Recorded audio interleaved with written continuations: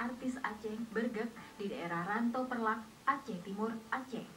Pembakaran pentas ini diduga karena warga kesal kepada panitia yang tidak kunjung menampilkan artis yang dinanti mereka ke panggung. Sehingga warga mengamuk dan membakar pentas yang telah disediakan panitia. Panitia terus mengulur waktu untuk meredakan emosi warga. Namun, panitia gagal meredam emosi warga. Sehingga para penonton yang sudah dipungut tiket senilai Rp15.000 ini langsung melempari panitia dan membakar panggung tersebut.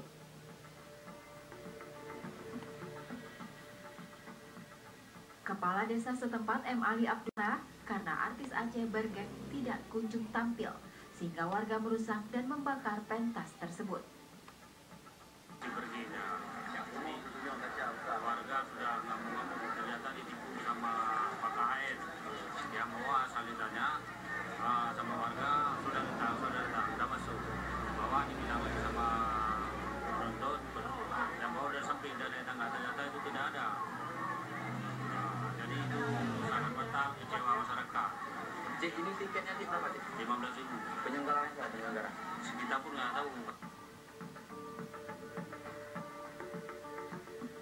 Untuk meredakan aksi massa terhadap panitia, jajaran TNI Polri langsung mengamankan tim panitia ke kantor Aceh Timur Aceh.